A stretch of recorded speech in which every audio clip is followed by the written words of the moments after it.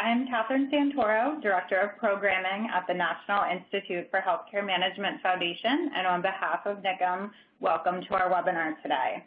Today's webinar is the second segment in a four-part series exploring innovative strategies and evidence-based solutions to defy deaths of despair and lift our society from crisis. We're seeing this crisis manifest in rising rates of depression, suicide, and substance abuse, and declining life expectancy in the United States. 1 out of 5 adults in the U.S. experience mental illness, and 1 out of 5 youth ages 13 to 18 live with a mental health condition. Estimates suggest that only half of people with mental illness receive treatment. Turning the tide on current trends in mental health is critical to prevent deaths from drugs, alcohol, and suicide. In future webinars, we'll explore trends in suicide and substance abuse in more detail. Today, we'll focus on efforts to increase mental health screening and treatment, as well as early prevention strategies to reduce risk factors for despair. Before we hear from our speakers, I'd like to thank NICM's President and CEO, Nancy Chalkley, and the NICM staff who helped to convene this event today, including Kate Ellis, Caitlin Smith, Alexis Wing, and Kirsten Wade.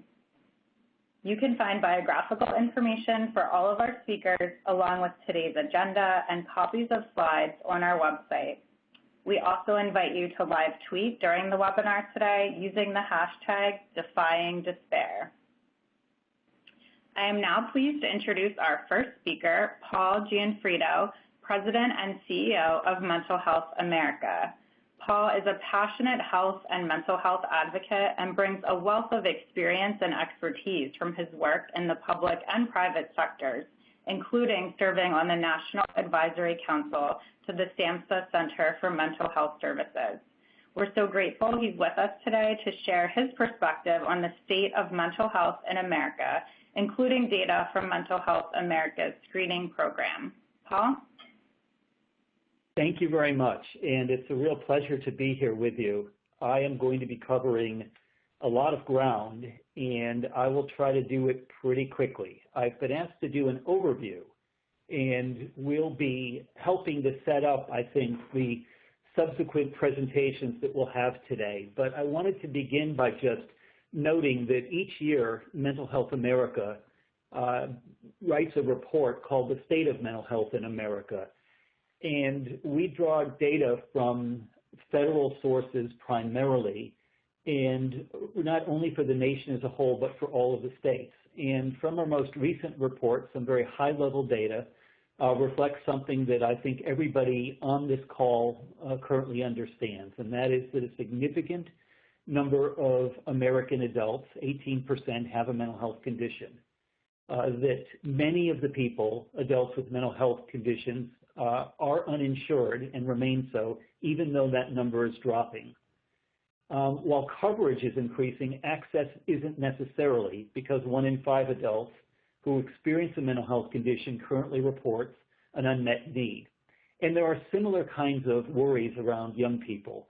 The rate of youth experiencing a major depressive episode, for example, has increased dramatically over the course of just the last 4 years. And again, the vast majority of youth with a major depressive episode receive no treatment. Part of the problem is that mental health workforce shortages remain.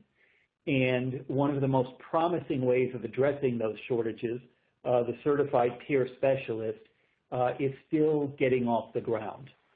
Now, Mental Health America, we are 110 years old. For most of our life as the National Mental Health Association, and we promote mental health as a critical part of overall wellness, including prevention services for all, early identification and intervention for those at risk, integrated care services and supports to those who need them, with recovery as the goal.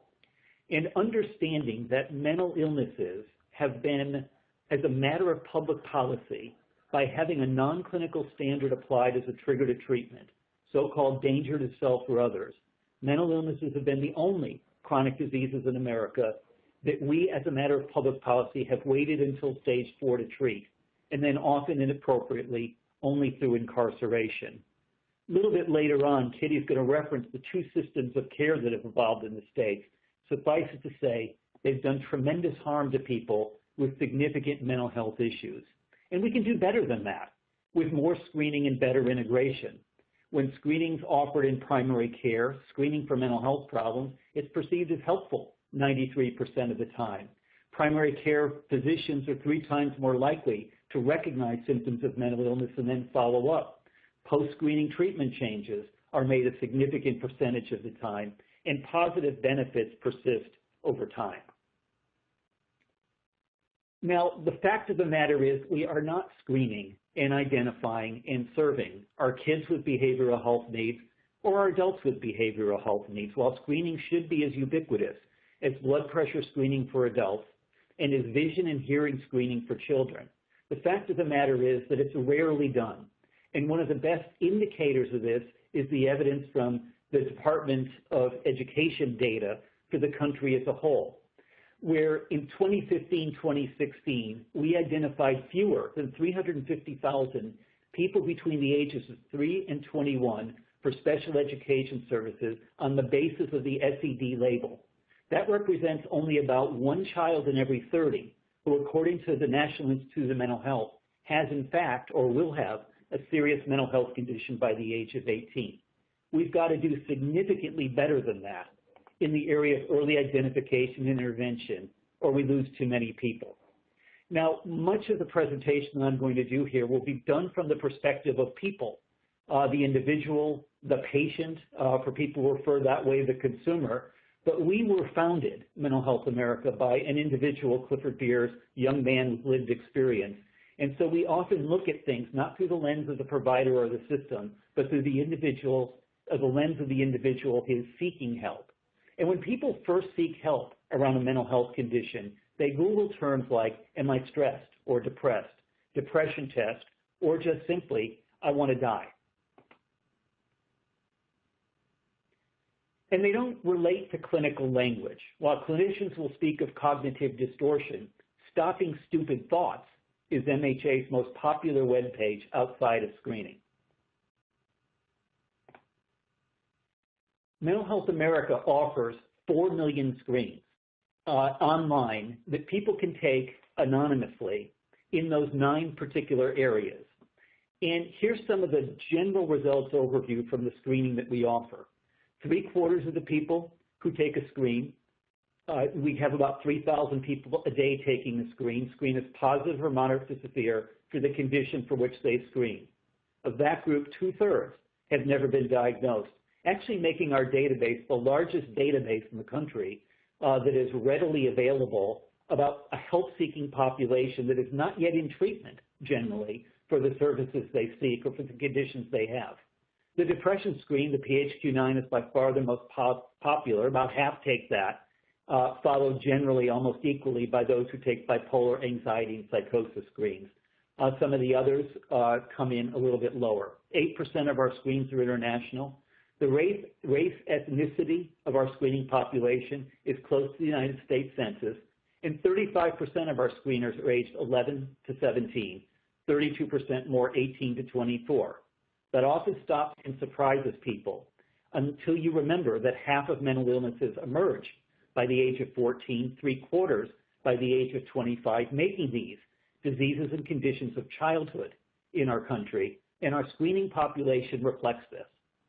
Of those who report a chronic condition, which is going to be important for the discussion about integration throughout this hour, 31% report chronic pain, 13% report lung problems, 12% report diabetes.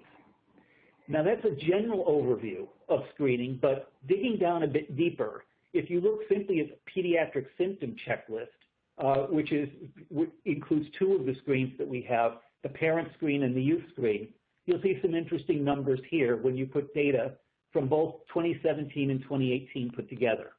First of all, on the parent screen, 64% of the young children on whose behalf parents are screening screen at risk for a significant mental health concern or condition.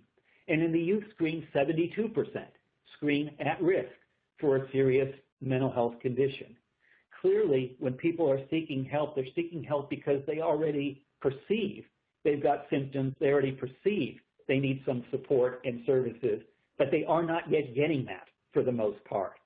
And one of the reasons for this, we can see when we dig down into some of the youth screening data even more deeply. It's because for the most part, we wait until there are conduct problems.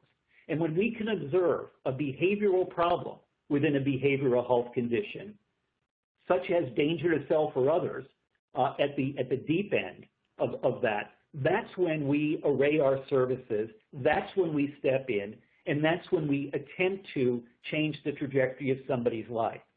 But if you actually look at the way people are responding to questions when they are screening, in fact, in the case of young people, the conduct problems come last. You see more of the dark blue there in the never category. It is the attention problems and the anxiety, depression problems, the internal factors that come first, that they are aware of, they are concerned about, and for which they would be seeking help if we gave them an opportunity to do so. And the same is true with all screeners, including adults, when you look at the question breakdown in the PHQ-9, which is the depression screen that we have, and we have about 2 million results with the depression or the PHQ-9. Once again, we often think of an earlier stage indicator of somebody with a serious mental health condition related to depression being suicidal ideation. But if you look carefully at this slide, you see that the suicidal ideation question, thoughts that you would be better off dead or hurting yourself, is the 8th most frequently positively answered question in the PHQ-9. What we should be responding to in integrated circumstances through screening and through earlier identification intervention is in some of those other things on the list when people are feeling down, depressed, or hopeless, feeling bad about themselves, feeling tired of having little energy, having trouble falling asleep or staying asleep or sleeping too much. And when those constellation of symptoms are arrayed together, that's the time we need to be intervening if we're going to change trajectories of lives and move people away from suicide. So while 32% of the people in that prior slide basically talk about having suicidal ideation either half or nearly every day, and John is going to talk more about this kind of information, suicide, later on in his presentation. In fact, it's not equally distributed across age groups.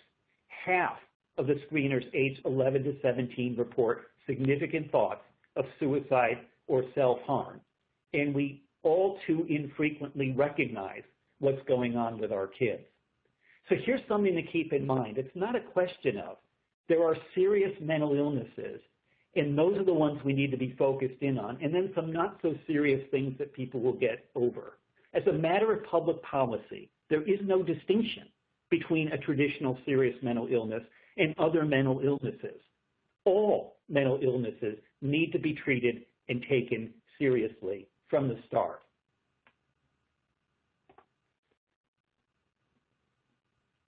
Just digging in a little bit more into the psychosis screeners, because often that is one of the conditions that people universally see as a condition that warrants serious attention for people. 73% of our nearly 300,000 psychosis screeners scored at risk for psychosis. Now, we only identify about 100,000 new individuals each year with schizophrenia for a diagnosis. So most of the people who will be diagnosed with psychosis are actually appearing in our screening population at an earlier stage of this process. And in fact, again, are not in denial about the symptoms they have. They're actually seeking help about the symptoms that they have. They're looking for us to do something on their behalf. And they are more likely to have been diagnosed already in the past with something. But I will say parenthetically, traditionally, they're more likely to have been diagnosed inappropriately with another condition.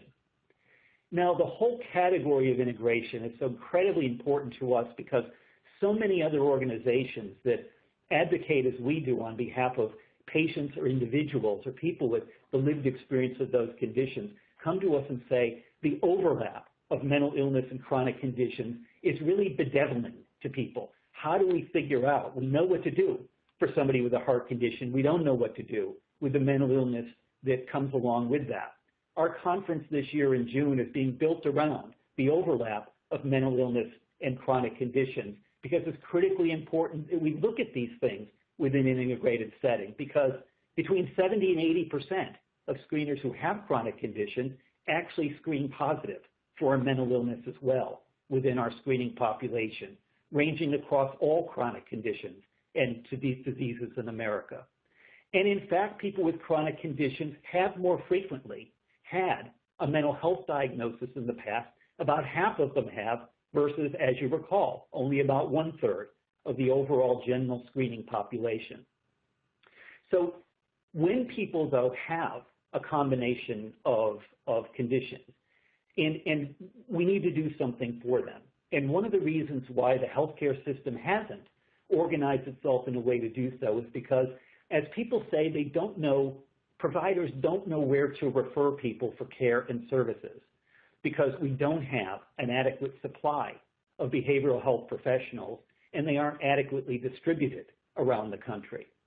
But one of the things that we learned by talking to individuals who are health seeking is that referral to care and services is only one of 4 things they are looking for. They are also looking for information and education, they're looking for engagement with peers, and they're looking for self-help tools that they can use to maintain their health and well-being. And even when we can't provide a referral to care and services, we can provide all of those additional other categories of support. And at Mental Health America, we're doing some of that. In 2018, we launched a screening support site. 1.5 million individuals had over 6 million views of content. And the content that we give people after they take a screen, whether they screen positively or negatively, which is customized for them, gives them information and resources in all 4 of those areas: the learning, the do-it-yourself tools, treatment resources, and connection with peers. And it makes a difference to them that we're able to do so from a perspective that they understand, because, as I mentioned earlier, words matter. I'm ashamed of the way I am. I want to die. I can't get out of bed. I'm feeling guilty. That's the way they talk about the conditions that they have. So our top pages are not clinical pages. They're pages like, I see ghosts or shadows. I'm afraid I'm going to kill myself. How do I get a service animal? And other kinds of things that health-seeking people are looking for. My concluding thoughts is that mental health problems are common and increasing, even as coverage and access improve. That screening is beneficial, and it can identify issues and intervention opportunities long before stage 4 in the mental health arena, just as in chronic diseases in general, that both children and adults benefit from ongoing screening and support, and that people with other chronic health conditions are at special risk. While support should be person-driven, the answer is clearly not in the further segregation and continuing segregation of our healthcare delivery system into health and behavioral health, but in the integration of care, services, and supports, because that's what leads to recovery. Thank you. Thank you, Paul, for that presentation and for your leadership and commitment to improving early identification of mental illness. I think one key takeaway for our audience is that striking data on dual diagnosis and how the healthcare system can partner to develop a more holistic approach. To learn more about efforts to treat the whole person by integrating medical and behavioral health services, we're now joined by Suzanne Kunis, Director of Behavioral Health Solutions at Horizon Blue Cross Blue Shield of New Jersey. Horizon Blue Cross Blue Shield of New Jersey is investing in innovative partnerships to bridge gaps in access to behavioral health care and accelerating efforts to integrate medical and behavioral services, which is improving care coordination among providers and ultimately improving patient outcomes.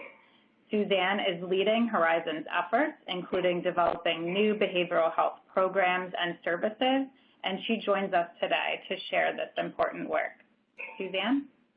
Thanks, Catherine. And following Paul's lead, I do have a lot to cover, and I want to be respectful of everyone's time, so you're going to get the Jersey speak here to try to help to move this along.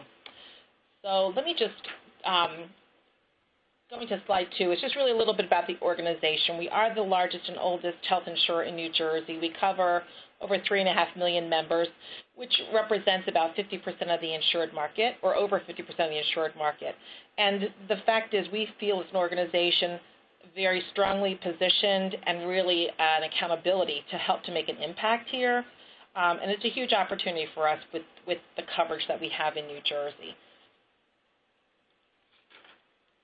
So I'm not going to go into a lot of this. Paul covered most of this, but I think that everybody needs to understand, and one of the messages that we continuously try to get out there is mental health problems are very common, but despite that, stigma stands in the way of people being willing to get treatment.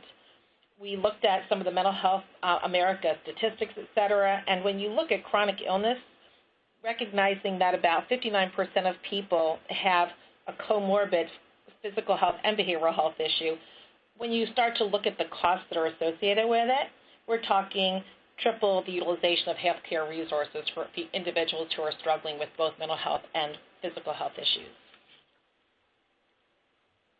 So New Jersey is not unlike the rest of the country from my past experience, but what I can tell you is just focusing on our state, aside from stigma being one of the greatest challenges that we're facing, we have a significantly fragmented care delivery system, and in two ways.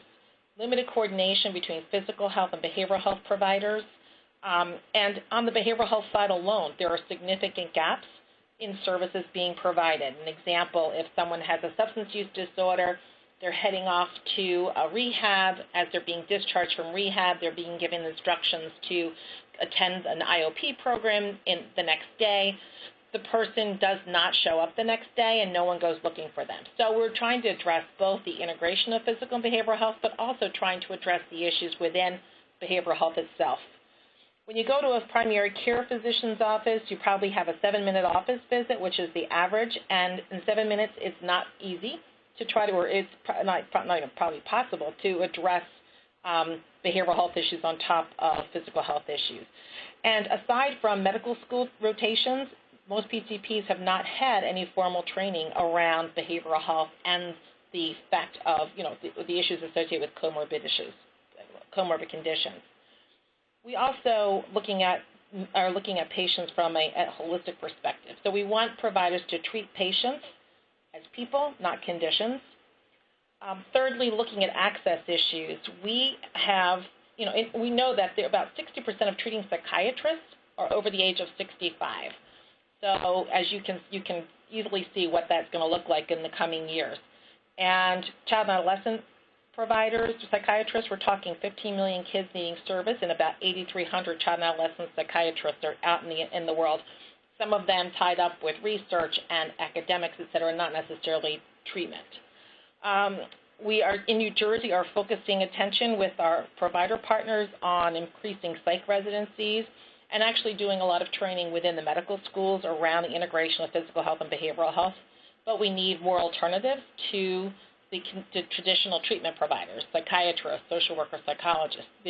As Paul had indicated, there are not enough behavioral health clinicians out there to be able to address the need. So we're really spending a lot of time and energy around looking at different systems of care as well as different types of interventions that can occur at the primary care level. We have an out-of-network challenge, and I'm sure, again, many of the other insurers around the country are dealing with this, where we have lots of people leaving the state, heading to Florida, California, and Texas for treatment. And we have a long way to go to change things up, and part of our responsibility is how do we make care available here in the home community to really take any reason for people leaving the state off the table. The opioid epidemic, there's, the lack of evidence-based treatment and, substance use. We're real excited on the MAT front for opioids, but there's still a lot of work that needs to be done in this, the model of care, if you will. But in New Jersey, specifically as it relates to opioids, more than, on average, 8 people die every single day from an overdose. So not a good place to be. And again, making lots of effort to turn the tide, but still a tremendous amount of work to be done. Moving to the next slide. So as we were trying to develop our strategy about how we're trying to approach what we're doing here in New Jersey, we stepped back to say, what do we need to think about to ensure that the system of care that we have in place meets the needs of our citizens here in New Jersey? So the foundational elements are laid out here. A couple I wanted to mention quickly are treatment in the home community is clearly an important thing because going away and coming back, the issues are still the same. So we want to make sure that we have the supports here in the state of New Jersey.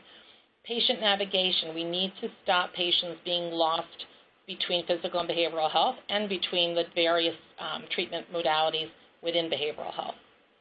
And as Paul talked about, these are our most vulnerable members, so we really need to step up and go way above and beyond what has been done historically.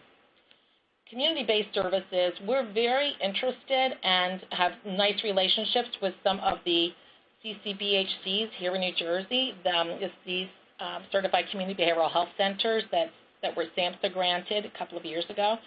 The scope of services that they're providing is incredibly positive, and the more we work for keeping people in the community and expand those types of programs and community-based services, the better our members will be.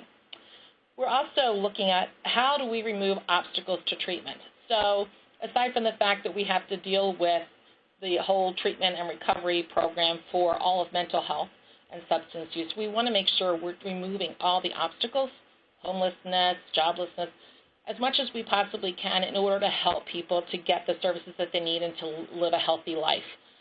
We are a commercial insurer as well as we have government programs business, but on our commercial side, we typically have not paid for services around housing supports, peer recovery, but we're totally shifting the dynamic here and trying to get into a new world on the commercial insurance side and trying to take some really positive lessons out of the community health world.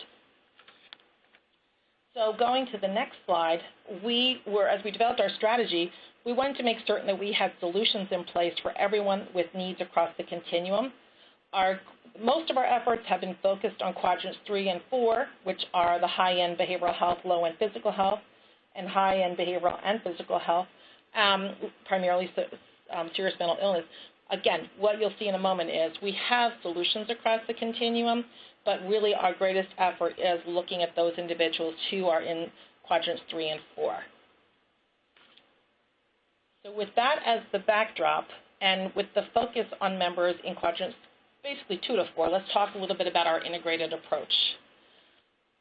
So as I mentioned, we have solutions across the continuum, everything from health and wellness to SMI.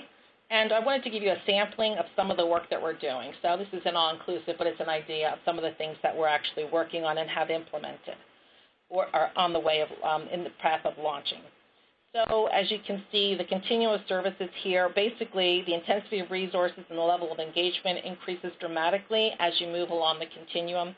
And if you, again, we're highlighting here, according to the quadrants, the types of programs and services that we have implemented or will be implementing to support members in each stage of their illness or health and well-being. So we have, we've implemented a variety of pilots around integrating physical health and behavioral health. So we are supporters of the collaborative care model, and we reimburse for those services. We are working with provider organizations who have embedded clinicians in their primary care practices. We have hybrid models, the Cherokee model, as many of you are knowledgeable of. And then we've just recently being 2018, launched a program with Quartet Health. So we reimburse for collaborative care. We also reimburse for behavioral health screenings in a primary care setting. But we have a huge opportunity to do so much more in the way of education and training of the network. And we will be doing that in the coming months and years. I wanted to spend more time talking specifically around our Quartet relationship and our Able2 relationship. So I will do that in one moment, but before I leave this slide, I wanted to mention that we're also trying to look at episodes of care and other value-based financial arrangements with provider organizations. Behavioral health, and again, we're not unique here, but it's primarily been a fee-for-service world in the commercial side of the world. And we are trying to move that more from fee-for-service to fee-for-value. We've implemented 2 episodes over the course of the last year, one in substance use disorder and the second for inflammatory bowel disease, and really making behavioral health and physical health a single view for providers to help patients to be able to address the issues that they're facing as part of their disease.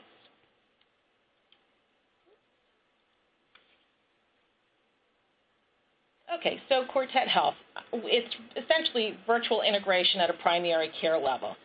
The value prop here, Quartet leverages proprietary algorithms that they use. They take claim data from Horizon, run them through their algorithms, and essentially identify members with an undiagnosed or a latent behavioral health problem.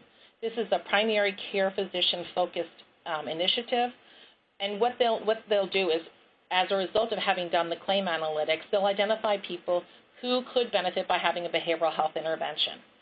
At the same time, there is also the opportunity for primary care physicians to surface patients to Quartet.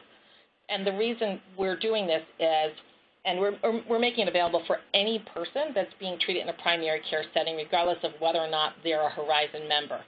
We know that there are enough challenges in a primary care setting and enough priorities, and timing is not on our side, that we're trying to make certain that it's easy for primary care physicians to be able to say, I've got a patient, regardless of insurance, no insurance, what type of insurance, that they can actually surface to Quartet, and Quartet will connect them to behavioral health practices. And if there is an app that is used, so we engaged. Actually, we have over 1,200 primary care physicians in our first pilot and over 550 behavioral health practices in the pilot. And there is an app that's used between both practices, and so patients can be referred into behavioral health treatment from there, and then the behavioral health practices are able to communicate back to primary care that, yes, I have your patient. Yes, we have a treatment plan. Yes, there are medications that are involved. And it really changes the dynamic. I know for many, many years, primary care providers were afraid to do screenings because they didn't know what to do if the patient screened positive and how they would respond to that. Now we've got this tool in place where we are actually giving them the opportunity to surface patients, get them into treatment, and know on an ongoing basis what's actually going on with those patients. There is an expedited referral and coordination process between the behavioral health and primary care physician. And we started this off in January of 18. So the first year was really a build year. And as I mentioned, we've got over 1,200 primary care practices that are involved. And during that first year, Quartet has surfaced over 2,500 members to primary care as people who potentially could use a behavioral health intervention. And then 1,700 of our members were referred by the primary care provider into Quartet to get that patient set up with treatment. And then there were several thousand others that had no relationship to Horizon that actually were referred into behavioral health treatment because of the way we set this program up. It's a program that is currently focused on adults. We were, again, limiting it to a certain, we have 15 priority health systems that we have engaged primary care practices through. We are not at the point yet where we're able to see a demonstrable ROI because it was really the first year was primarily a build year. But we expect that we'll be able to analyze that by the end of the first year, by the end of this year. Having said that, we have seen such positive feedback from the provider community like we've never seen before. Most providers are not out proclaiming the value of a health plan, but there has been such great response to this, and we have lots of testimonials from providers that are actually utilizing the system that we've decided to scale this statewide, and we will be doing so in the coming months, even while we wait for the demonstrated ROI. The program is currently focused on adults, but our next phase is actually going to be working on the child and adolescent population. We're fortunate in New Jersey to have access to the Pediatric Psychiatry Collaborative, which helps with getting kids it's funded by the New Jersey Department of Children and Families, and there's a way to get kids into treatment, but we want to take that to a much greater scope, if you will, over the course of the next year or two. So as much as Quartet was a PCP-focused program and a focused integration effort, we also have a relationship with Able2, and that is a member-focused program. So it's virtual therapy and coaching for people with depression, anxiety, and stress, and you'll see a little bit more of some of the programs that are available. But it's a telehealth solution, again, using claim analytics to identify individuals with chronic medical issues that could benefit by a behavioral health intervention. So it's an 8-week program, includes CBT and coaching via secure phone or video.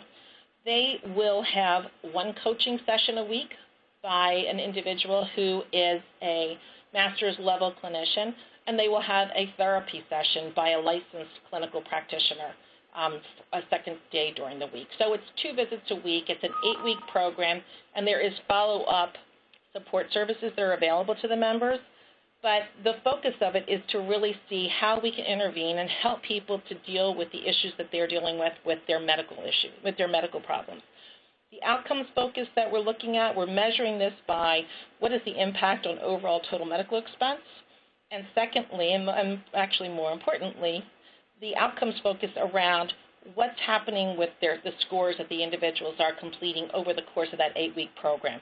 So the DAS scores, Depression, Anxiety, and Stress Scale, is utilized, and we monitor that over the course of the program and into the future. We are continuing to expand the program. Again, people that go through the program and graduate have greater than 97% satisfaction with the program.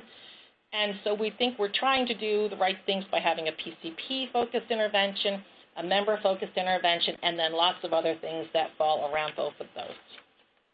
The next slide just briefly shows you the extent of the programs that are available under our Able To model, but it's really dealing with all kinds of issues that you would deal with in life, including traumatic life events, your medical condition, and then just basic psychological distress.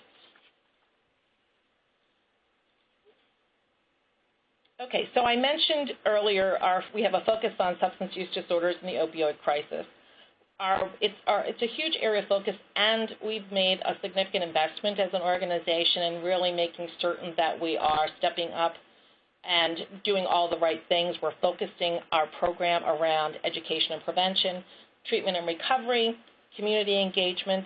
We're piloting a lot of different solutions, and the reason is this is such a huge challenge in the state that we really need to just throw everything at it to see what possibly can be done to help individuals to get into recovery and to stay in recovery. Our pharmacy program is quite robust. Our lock-in has been quite successful, as you see some of the highlights here. We have prescriber-focused risk identification programs. We have a prescriber toolkit to help with educating providers around best practices. We're working with the DEA and the Partnership for a Drug-Free New Jersey and so many other community organizations to really hone in on what's happening, what are we doing as key stakeholders in the state, and coming from all walks of life to be able to try to get this crisis under control. And then we're really emphasizing MAT best practices, MAT, medication-assisted treatment, and helping to actually establish services in areas of the state that where it doesn't exist. So as you can see, as I just mentioned, increasing access to medication-assisted treatment services. We will have a teletherapy solution set up shortly that will be specifically focused on substance use disorders. We've actually partnered with an organization called MAP Health Management. We're doing a pilot program, and it's a technology-enabled peer support where at the point of discharge from a higher level of care, inpatient or residential type of program, as well as at the point of entry into outpatient treatment programs, the individuals will have the opportunity to engage with a peer who is in recovery, and they're certified peers, and they provide a structured outreach program, 4-time contacts during the early months, and there will be an outreach from the person in recovery who is actually the peer to the individual who's struggling with getting in and staying in recovery. And then that patient, as well as their families, will have 24/7 access to the peer. We thought it was very important that we made sure that the families or support system were able to get into the peer whenever they would see one of their loved ones actually beginning to go down a slippery slope and actually help to bring them back and re-engage in treatment. So lots going on there. Peer support, and again, I know, Paul, you had mentioned about it. We are huge supporters of peer services, not just for substance use, but also for mental health. And again, typically not a service that has been covered under commercial insurance, but we're trying to change things up to really include a whole new scope of services that will do the right things to get people the care that they need and then into recovery and stay in recovery. And in the end, you do the right things and the money will follow. And then lastly, I wanted to spend time on the program that we are going to be launching this summer, and we're really excited about it because we think it's very different than what's actually been sitting out there and addressing all the challenges that we've been facing. So it's called our Integrated System of Care, real creative title, but it's targeting the most vulnerable members that we have, which are the most complex member needs. So the core of the program is our behavioral health integrator, and it's really a center of care. The first one that we're working with is an organization that is one of the CCBHCs here in New Jersey. And what their role is they're going to continue to provide the full scope of services they do presently for members who actually approach there for treatment, but they're also going to be doing a higher level of service in terms of patient navigation. That's really what we're trying to focus on here. Our objectives are to reduce the delivery system fragmentation, increase access by improved navigation of members. We don't want people to keep getting lost in the system and fall through the cracks, and improve the quality and reduce total cost of health care. So for the last 12 to 18 months, we have focused on developing this model. We've identified the integrator and the roles and responsibility for the integrator, which, again, it's on all aspects of this. So our model of care, the ecosystem, includes not just behavioral health issues, but it's really bringing into play the physical health pieces and delivery system, as well as addressing the social determinants that we need to address to ensure that people are able to engage in treatment and to stay in treatment. So we've identified our integrator for our pilot. Again, it's in one small area. And we've also identified a health system partner, one of the major health systems here in the state. And they currently work together on a very small basis, but what we're doing is formalizing this approach and really making certain that we have all of the tools in place that we need to, including feet on the street, et cetera, to be able to get people into treatment, regardless of what their treatment issues are, make sure that they attend treatment services, make sure that we're tracking outcomes, making sure that they're fully engaged as well as their family, and doing whatever we need to do to try to change the trajectory of illness for people that are in the state and in this pilot program. We did seek expert input. We've approached a couple of nationally recognized individuals and organizations for their input and had received great feedback and support for the program that we're launching, and we're expecting to be live this summer. So it's pretty exciting because if things go as well as we're hoping that they will, then we are hoping ultimately to scale this statewide. But we're going to start in one small corner of the world and go from there. To give you a sense of what we believe can happen, so we have as I mentioned, a behavioral health practice that we've identified, and we have a health system that we're working with. Today, there are 77 people who are actually being seen in both systems for physical health and behavioral health. Prior to actually even implementing some of these changes, we knew that we were partnering with the right people because as you look at the average total PMPM, those individuals who had not visited this practice and potentially not had behavioral health services at all, their total PMPM is 15% lower than those who did not visit that practice. When you look, and then we split it into the physical health PMPM and the behavioral health PMPM. So as we mentioned earlier, costs are generally 3 times higher for individuals that have a comorbid condition. And here we're looking at, again, in the early sample of work that's already being done on a limited basis, we're seeing a 35% lower PMPM on the physical health side of the equation. So again, small numbers, we understand that, but we think it definitely reflects evidence of that strengthened integration between physical health and behavioral health really will improve overall outcomes and reduce overall cost of care. So our next steps here are that we are going to be launching and we'll be monitoring over the course of the next 6 to 12 months and waiting to see what the results are. It's been a journey getting to this point, but we're really excited about the potential. And with that, I'm going to end my presentation and thank you for your time. Thank you, Suzanne. Suzanne highlighted several promising ways that a health plan can partner with providers, with their members, and the community to break down barriers to mental health care by reducing stigma, improving access to care, while improving health outcomes and reducing the total cost of care. The rising cost and burden of mental illness is a significant concern for everyone, especially the federal government and the states. Medicaid is the largest payer for mental health services in the U.S. Our next speaker, Kitty Purrington, will share an update on state approaches to improving behavioral health care. Kitty is a senior program director at the National Academy for State Health Policy. She has over 20 years of experience working on state Medicaid policies to support behavioral health needs, including overseeing the development of the Medicaid behavioral health home model for adults and children in Maine. Kitty? Great, thank you so much, and good afternoon, everyone. I really appreciate participating in this discussion. So I'm going to be talking about the state policy role in improving mental health services and kind of the unique role that states have in this area.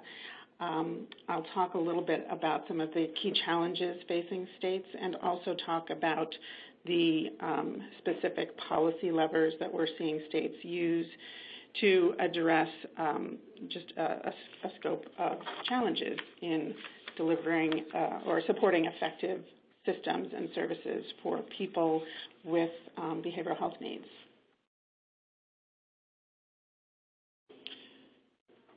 So first, I wanted to just review very briefly why states really care about mental health and are very invested in these issues.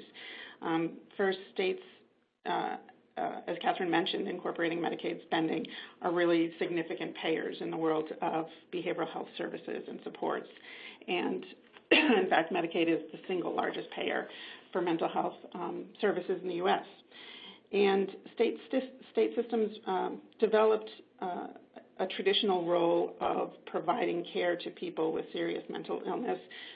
From the 19th century on, they were really seen as essential elements of the system of care for people with serious mental illness in terms of supporting the asylums and institutions of the 19th and 20th centuries.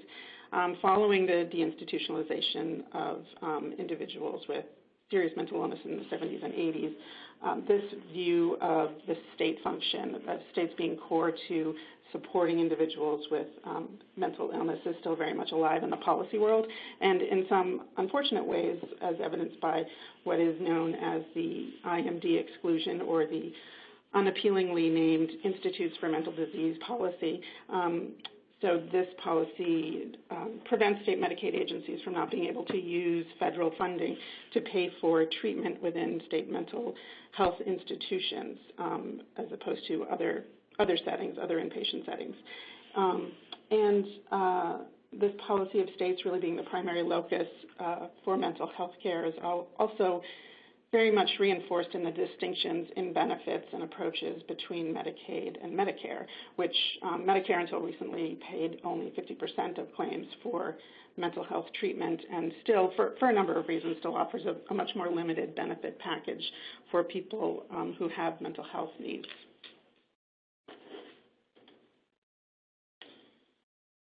So states are increasingly recognizing that mental health is a cost multiplier for their programs.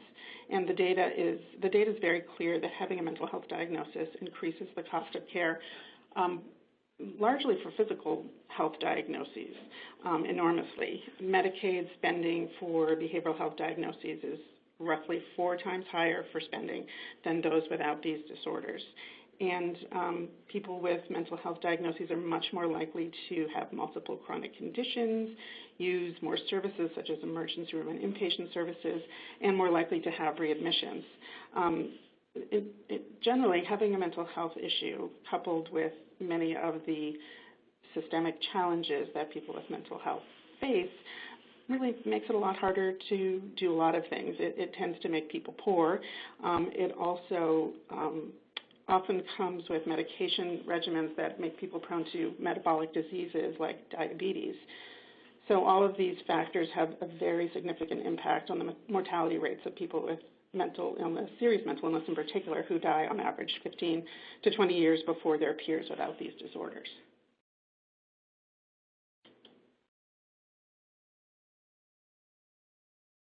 When we talk about state mental health systems or state mental health policies, we are really talking about two quite different systems of care.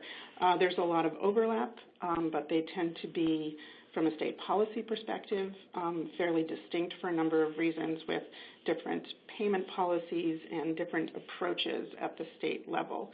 So on the one hand, in the first column, I have what I'm calling here general mental health services, for lack of a better term, which describes the capacity really for primary care providers to deliver behavioral health treatments for a range of conditions that can be successfully identified and treated in more integrated settings.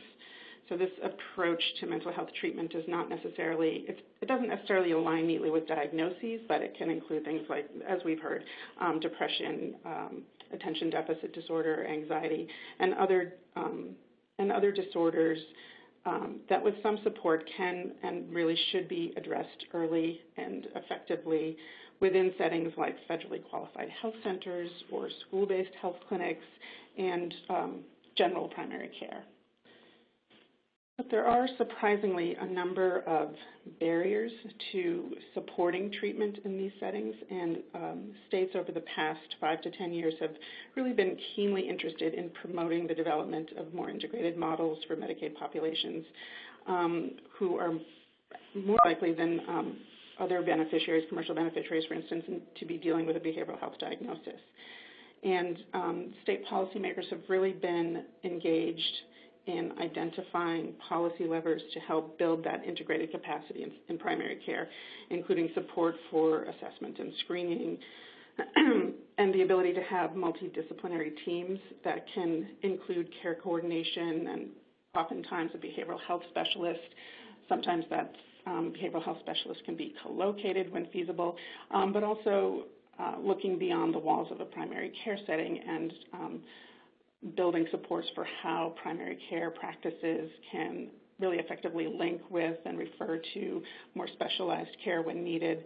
Also, states have been doing quite a bit of investment in pushing out integrated data, Medicaid data, and looking at other ways that technology can support practices to have a better connection to behavioral health services and supports, but also a better perspective, a more comprehensive perspective of an individual patient's needs that's getting treatment from their practice. Somewhat in contrast, people with serious mental illness, very generally speaking, typically receive mental health treatment through specialty service providers that rely very, very heavily on Medicaid and on state funding. These systems are really creatures of state Medicaid and state funding. And as such, states are very involved in defining the service array, defining medical necessity or eligibility criteria for these services, which often includes a diagnosis plus some sort of additional functional criteria that indicates a more intensive need for services.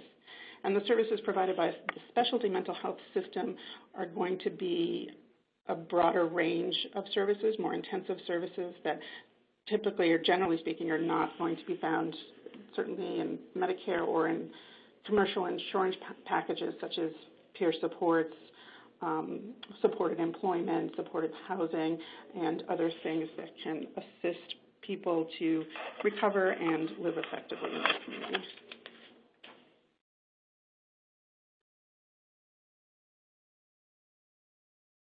Because this is really a broad area of concern for states, and there are a number of policy issues that states are very involved in. There are things that present persistent challenges as well as some things that are more emerging, particularly in relation to the opioid epidemic and SUD challenges generally. For states' work in promoting integrated care for their Medicaid populations, promoting and sustaining services across primary settings, and especially safety net settings is really an ongoing priority and an ongoing challenge. Understanding what primary care and related settings really need to address mental health diagnoses, how these services can be supported effectively and incentivized, has been the focus of a lot of work by state policymakers over the past few years. As mentioned previously, the behavioral health workforce is also a huge concern, and I think integrated care is often looked at as a way to leverage the workforce more effectively so that state systems can increase access to behavioral health. But it's particularly challenging to support a diverse workforce and a behavioral health workforce that can address the particular needs of older adults, children, and also the needs of people who live in rural areas.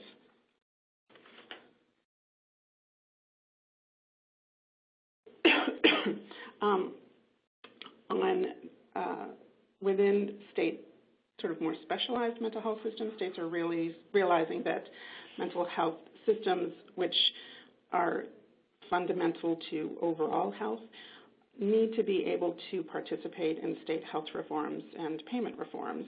And in many states, mental health systems have been the purview of smaller providers who operate on very narrow fiscal margins, and as such are very challenged to participate in payment models involving risk, for instance, or they may not have the data capacity that large medical systems are able to purchase to support their practices. So there's a lot of investment to be made within these systems to support evidence-based or best practices, to support the use of data and health information technology, and kind of the overall capacity to participate in value-based purchasing and state health reforms. There are certainly organizations that are large and sophisticated and are doing this work, are participating in these kinds of state health reforms and have a lot of this capacity, but there are probably more that are not there yet. In addition to these emerging issues, states have a long-standing interest in supporting a continuum of care for individuals with serious mental illness that can help avert crises, that can maintain housing, that can avoid corrections involvement, and other outcomes, other adverse outcomes that can result when people with these often very significant challenges are not able to access care in a way that is timely and appropriate. So it's an ongoing challenge for state policymakers, exacerbated by things like the IMD exclusion mentioned earlier, and the challenge of managing state budgets and limited resources.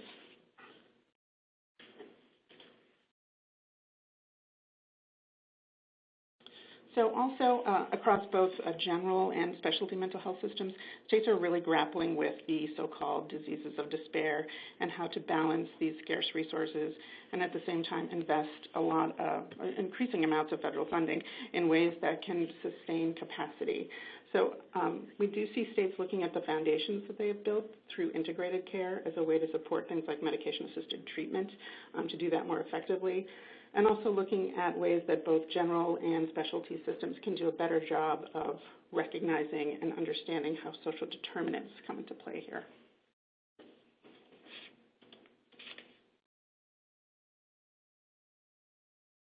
So my last two slides provide a brief overview of the varied policy levers. These are kind of the key policy levers that states have to address some of these challenges, starting with support for integrated care that is happening in primary care practices and FQHCs and places like that.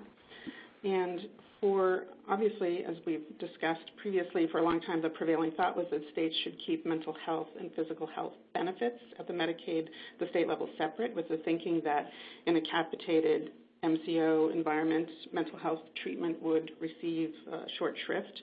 That pendulum is definitely swinging back, with more states contracting for both physical and mental health services in a unified contract, with the thinking that this will remove some of those unintended siloed consequences and promote better clinical integration of care. These are by no means all of the states that are engaged in this, but certainly Arizona, Florida, and Washington are a few outstanding examples, but there are many other states that are moving in the direction of contracting for an integrated package of services as a way to get at a more comprehensive integrated service array for people, regardless of where they seek care. States have also taken advantage of Medicaid 1115 waivers and sort of a more specialized waiver known as delivery system reform incentive payments to reorient their systems of care to have a more integrated approach and capacity. So in states like New Hampshire and New York, we are seeing significant investments in primary care and things like care coordination and other supports that can help primary care be more able to address the mental health needs of their Medicaid populations and be able to link them more effectively to the services that they may need. So these New York and New Hampshire, as well as other states, are piloting things like incentive payments and quality improvement initiatives and other strategies that can help move the needle on mental health outcomes and mental health access. The state innovation model program, a significant federal initiative, has seen similar investments by states. In SIM, there were two rounds of states were awarded a pretty significant amount of funding for 3-year pilots. And looking across these states, I would say a majority of them, of the state initiatives funded under this program, have integrating behavioral health as at least a component, if not a focus. And SIM states are using those funds for things like provider training, a lot of development of capacity at the provider level in screening and treatment and care coordination. States are using tools like peer-to-peer teleconsulting, the ECHO model, creating integrated data analytics for providers that may not have access to them, and other supports with a goal of improving that integration at the primary care level.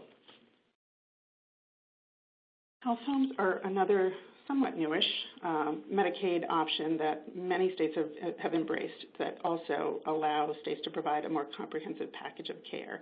So this model, the health home model, supports team-based care and can serve almost as a wraparound set of services for a primary care practice to, again, include that care coordination piece, which can be so vital in helping an individual manage not only their mental health condition, but any comorbid conditions.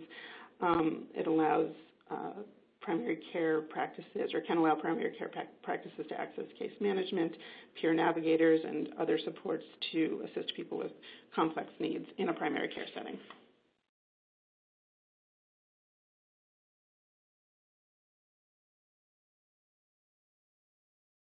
Some of the key policy levers on this slide, they're the same as the previous slide.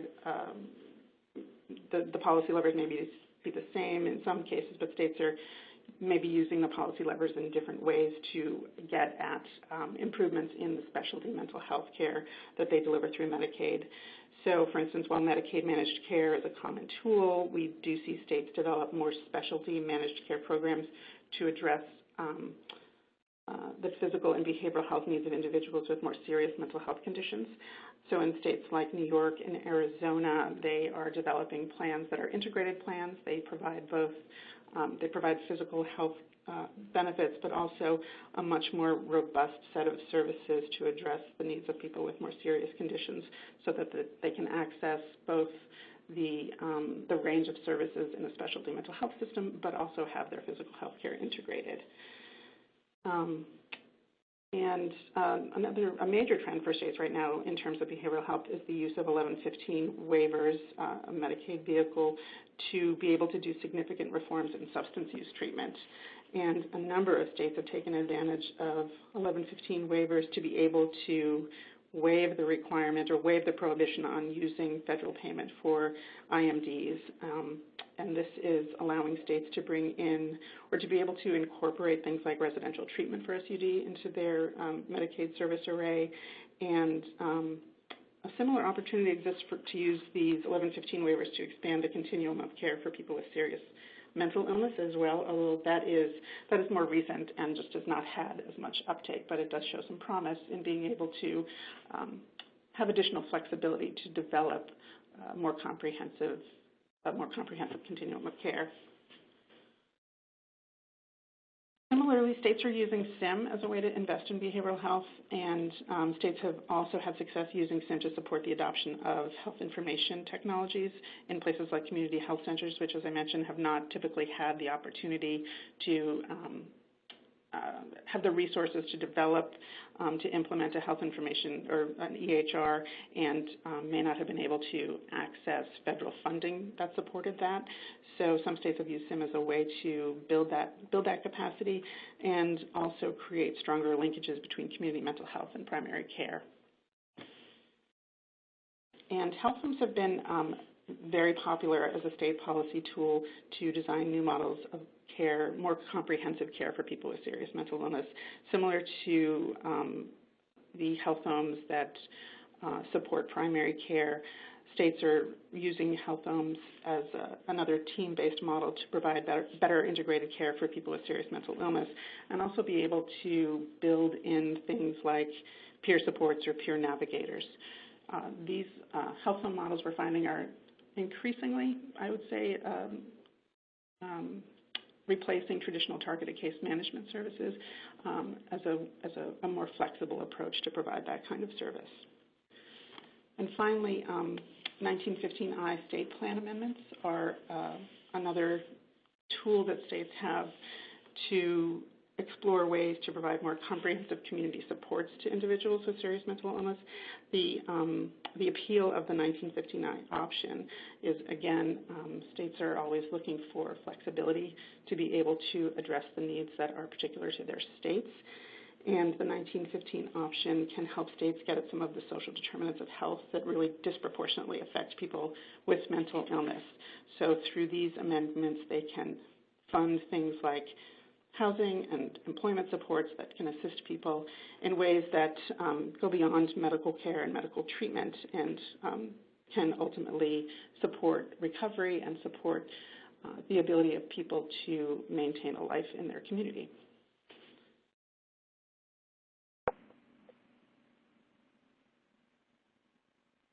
So thank you very much. I believe that's my last slide. These are some additional resources that can be found at our website, and really appreciate the opportunity to speak with you.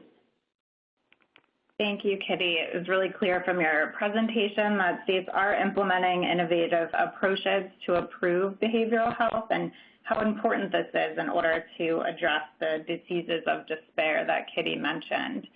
We'll hear next more about these diseases and deaths of despair from our next speaker, John Auerbach, President and CEO of Trust for America's Health, or TIFA, a prevention-oriented, Washington-based policy, advocacy, and research organization.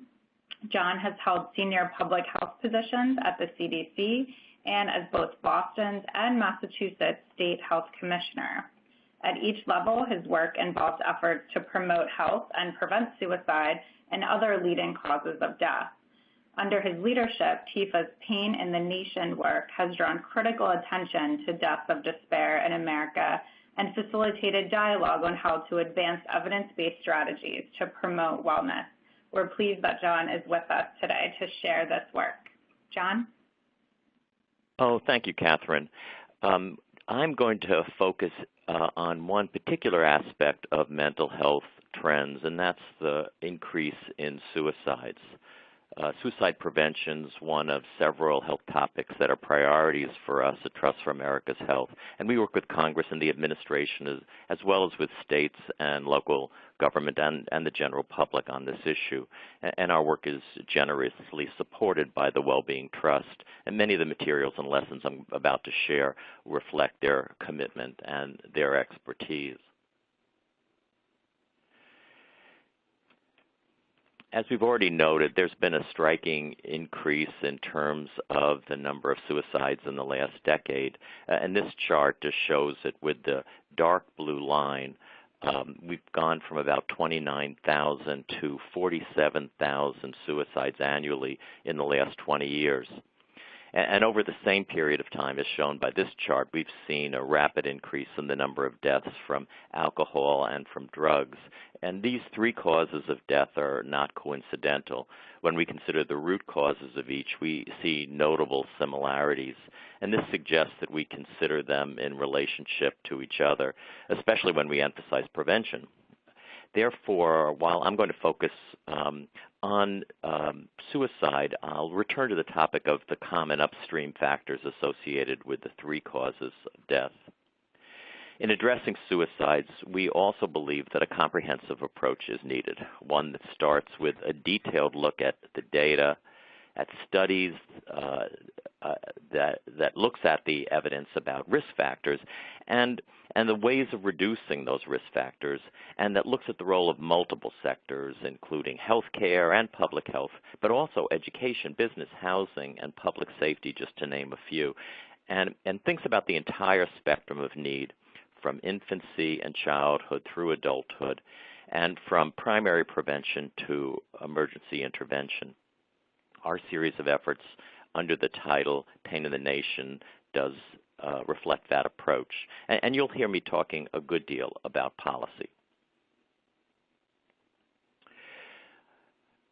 With regard to suicide specifically, this chart indicates that all demographic populations have been affected and are seeing increases. The increases you see in this slide are those that took place over a 10-year period from 2008 to 2017. But while all are affected, some have had the largest increases, such as those under 34 years of age, Black and Latino populations, those in rural areas, and women.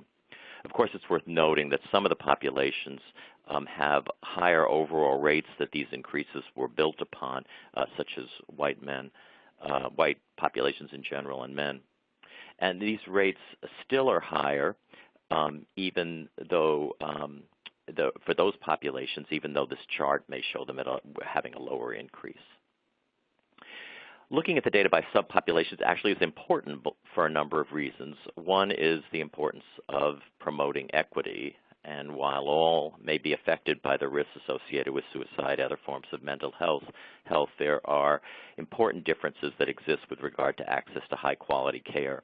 Low-income people and people of color in general face elevated challenges. And it's important to focus on reducing some of the underlying causes of trauma that may contribute to suicidal risk, and these may be more likely to be seen in certain subpopulations. These underlying causes, including such things as adverse childhood experiences, which are more likely to affect populations with more limited economic resources or populations facing systemic discrimination, are noteworthy if we are to pay attention to the promotion of equity in our work and make sure that all people have a fair and just opportunity for wellness. The next slide also just shows that those differences really extend to states. This chart, actually the chart that you're seeing there, combines the risks associated with alcohol, drug, and suicide deaths. And you can see that there are significant differences. The states with the highest suicide rates are Montana, Wyoming, and Alaska. That would suggest that there are particular challenges in what are sometimes referred to as frontier states that may have major geographic barriers to care and specific types of risk factors, including access to guns, that require specific approaches to address the conditions they face. When a suicide attempt is made, it's usually the tip of the iceberg with regard to risk, and our comprehensive approach attempts to think about all the ways that intervention could have been possible. This pyramid reflects that, with the top section reflecting those who actually die as a result of suicide, and the bottom reflecting a much broader section of those who are at elevated risk because they've endured some form of trauma or adverse childhood experiences. And in between are escalating conditions and diagnoses that reflect greater and greater risk of suicide. This conceptual image is a reminder that we can intervene long before someone is suicidal by working at those lower stages of the pyramid. A complementary pyramid reflects the various stages of risk and suggests when and how we should best intervene with, for example, attention to changing the conditions in people's lives at the bottom of the pyramid, and higher levels of the pyramid assume that the adverse experiences may have already occurred, and they focus more on screening and building resiliency. But a focus on all levels of the pyramid is part of that comprehensive approach I was mentioning. We in public health really think about upstream, and here's just some of the categories that we think about when we try to work not just within the healthcare system, but also at the community level and at the family level. Now, I'm not going to mention much about what are the optimal approaches within clinical settings, because you've already heard of those. I will just mention in this regard that a policy that really matters a lot is access to comprehensive health insurance, and the Affordable Care Act provided that for an additional 20 million people who, as a result, may have easier access to mental health services, including those that can help to prevent suicide. And that was built as well on the work that was done in the Mental Health Parity and Addiction Equity Act of 2008. And this notion of parity, I think, as a policy issue is important for us to keep our eye on, because even though that act was passed in 2008, there still are challenges with regard to parity and coverage. And great work is being done by Patrick Kennedy and the Kennedy Forum to pay attention to the efforts that we still need to focus on policy level to ensure that parity becomes a reality in the provision of high-quality mental health services. Again, we covered the issue of integration, so I'm just going to skip over this slide.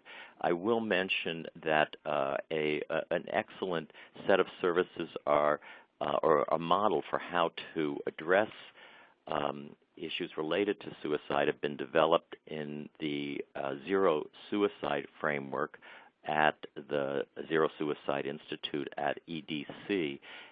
I won't go into it here other than to say that it provides an excellent model, and that people interested should Google that at Zero Suicide and EDC to receive the materials related to it.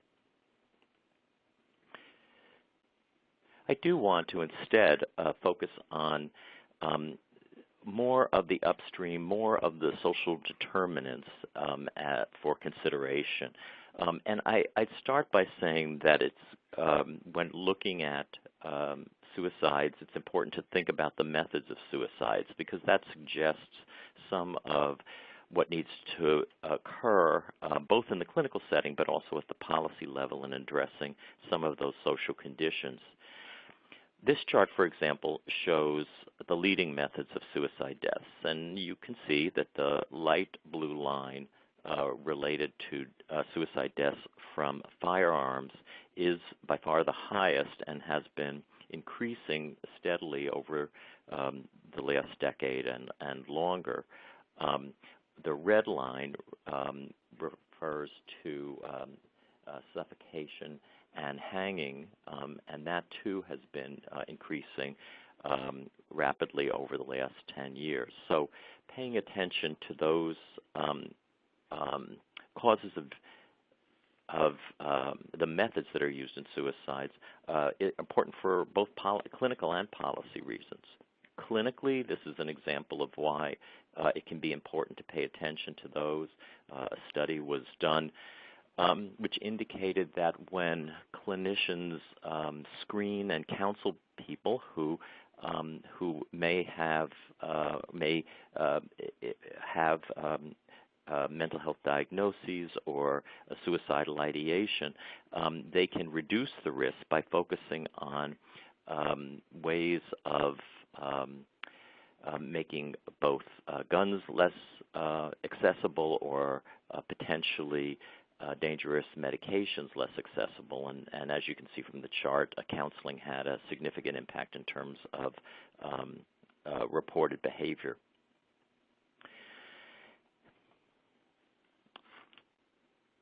This slide provides, I think, some surprising information about suicide in that it indicates that when, according to a recent analysis by the Centers for Disease Control, that more than half of people who die by suicide didn't have a known mental health condition prior to their diagnosis.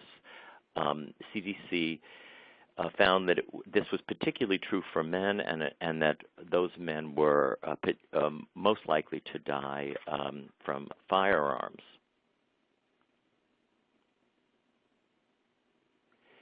This slide focuses a little more deeply on what were the precipitating circumstances in those deaths where there wasn't a prior mental health diagnosis. And they found that there was a range of circumstances that precipitated the suicide, and those included things like relationship problems. About 42% of the suicides in this category had those risk factors, or financial or housing-related problems, adding to about 20%. And as a reminder that suicide and drugs and alcohol misuse are related, about 28% had a substance abuse problem. When I was the Massachusetts Public Health Commissioner, we actually found that among those who had the highest rates of suicide were those returning from armed services abroad. And we also found that those recently released from correctional facilities had significant high-risk behaviors that place them at risk as well. And that suggests that in major transitions from stressful situations, special attention should be paid to those populations. To address the range of conditions that CDC found among those who died of suicide, a number of responses are needed. And certainly there should be screening for those who may be going through those situations, and reference and linkage to appropriate services, as we've heard. But other approaches could address the underlying causes themselves, such as developing policies that promote housing stability, economic opportunities, and strong family supports, as well as criminal justice reform. And there are a number of materials that have been developed for people who want to work at that upstream level. This slide illustrates one of those. It is a new report called Promoting Health and Cost Control in States, or FACTS, and it provides 13 evidence-based state policies, many of which will lessen the social determinants associated with suicide or with substance abuse disorders, including the ones that I was just mentioning that CDC identified as part of the circumstances prior to a suicide. They do such things as lessening housing and economic crises and combat some racial and other form of discrimination. Other evidence-based approaches that are worth noting include the Centers for Disease Control's Health Impact in 5 Years, or High Five initiative, and the de Beaumont Foundation's City Health Initiative. Each of these can be Googled for their research tools and technical support. And of course, we would be helpful to contact anyone and let them know of how to reach those materials. So finally, I would summarize by saying that when thinking about suicide and truly thinking about mental health in general, a multi-sector approach is best. And those sectors certainly include clinical care and public health, but they also do extend to other sectors like education, the criminal justice system, housing, economic opportunities. The blue chart you see on this slide is from the Centers for Disease Control and their excellent package on preventing suicide, and they illustrate that there is a role indeed for every sector and for each individual in terms of considering how to lessen the likelihood of suicide or a negative outcome, how to help in terms of getting people services and screened and connected to services, but also how to think about the ways that we can have an impact on the conditions in people's lives so that we promote health and well-being and reduce the likelihood that people will end up needing many of the mental health services that we've been discussing as essential for those with symptoms. So in conclusion, I just want to say please check these various sources for additional information. Our website is one site that has a comprehensive set of resources available. So Catherine, thank you very much, and back to you. Thank you. We're going to jump right into Q&A. Suzanne, going back to your presentation, we had a couple questions come in about wanting some more detail on your use of predictive analytics to identify members with behavioral health conditions. And could you talk a little bit about how if you're using claims or how you're identifying the potential need for behavioral health services? Sure, thanks. So a couple of things. So I mentioned our relationship with Quartet Health, and we actually provide claim data to them, and that's where the algorithms are run in terms of identifying individuals with undermet or unmet behavioral health needs. So theirs is really more of based on what's happened in the past. Able to, as I had mentioned, similarly runs algorithms with a member-focused program and identifying individuals with comorbid conditions that could benefit by an intervention. Within Horizon, we actually have our own predictive models that we use around people who, for example, we're looking at things like readmission, hospital readmission in individuals who are at risk there. We're looking at opioids and patterns for individuals who are actually suffering from various opioid-ish challenges, whether it's ever been diagnosed or not, mostly not, and providing interventions associated with that. But yes, it's a combination of claims, other data that we get in, that we use internally from external resources, and everything kind of compiled into our engine, if you will, for predictive models. Great, thank you. This question is for the full panel. We talk a lot about integrating mental health into physical health, but are there policy level discussions or things happening in your communities about integrating the physical into behavioral health settings? Hi, this is Kitty, and I do think that is the work that many states are undertaking as part of their behavioral health zone model. And oftentimes linking to primary care, looking for ways to provide direct links from community mental health centers to primary care. Some are also bringing primary care into community mental health centers, although I think that in many ways that's a tougher model because first people may want to continue to access their own primary care provider as well as their own community mental health providers, but also it's a more challenging business model to really be able to support full primary care within the community mental health setting. States are looking at ways to fund nurse practitioners and also develop a more integrated capacity for case managers and the behavioral health clinicians who work in those settings. This is John. I would also add that there's a long list of regulations and financial barriers, sometimes capital barriers to that integration.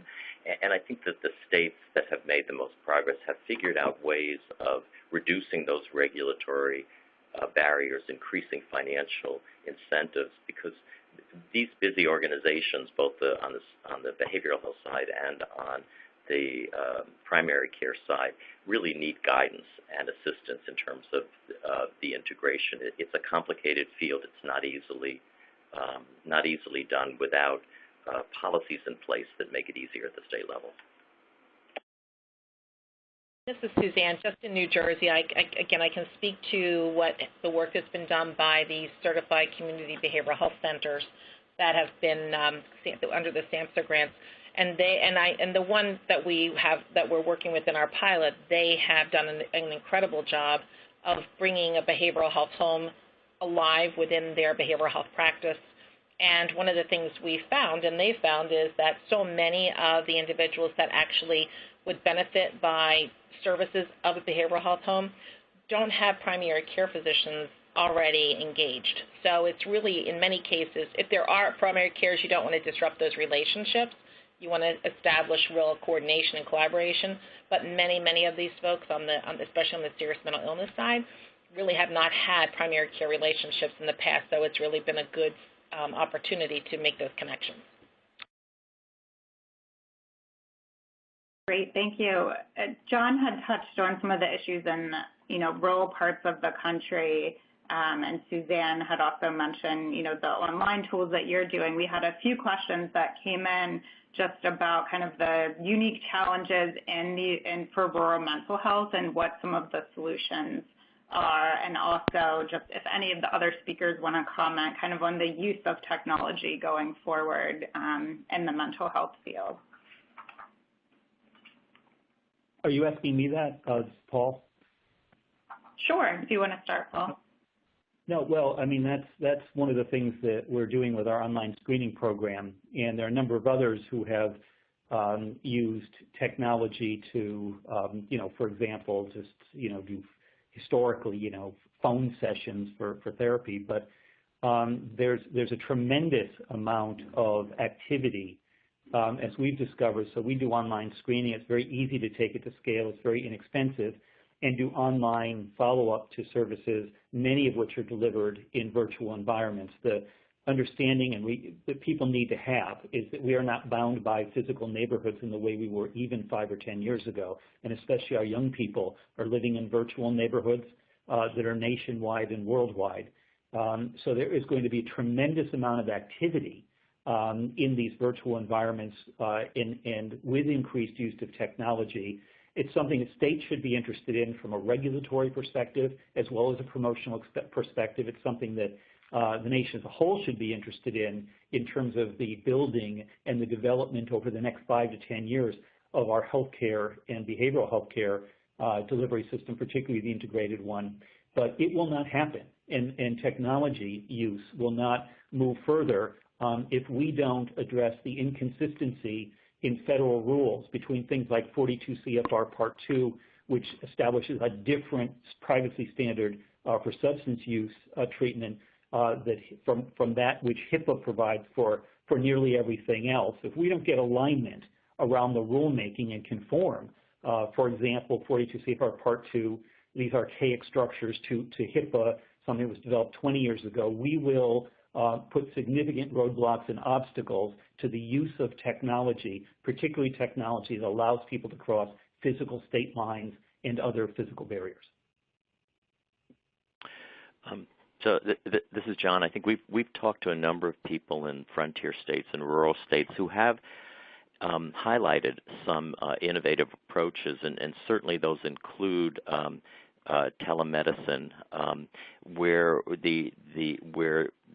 that is being used. People are often identifying the importance of such services being reimbursable. In some instances, that is a challenge for them to be reimbursable. They are also highlighting that there needs to be training and support in terms of how to handle that kind of intervention in terms of the clinical practice, the confidentiality rules. So training is identified as very much needed. A second approach that has been tried in rural or frontier areas is using non-conventional satellite sites to offer services, and those include non-clinical sites where there may be a couple of times a month, for example, using some office spaces that are available in a community where people have an easier time getting to, and that instead the clinicians can come at designated times to that facility. There, too, the importance of reimbursement and licensure requirements for satellites is something that needs to be a part of state planning and reimbursement issues.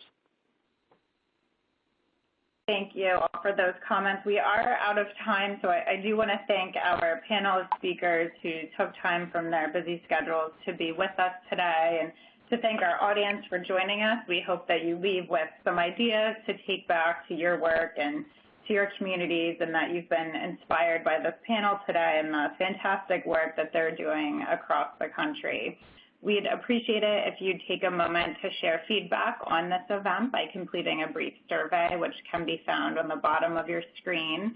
And we hope that you'll also look for announcements about the third and fourth webinars in our series, where experts will share more about suicide prevention initiatives and also efforts to increase access to evidence-based treatment for addiction. Thank you all again for joining us today.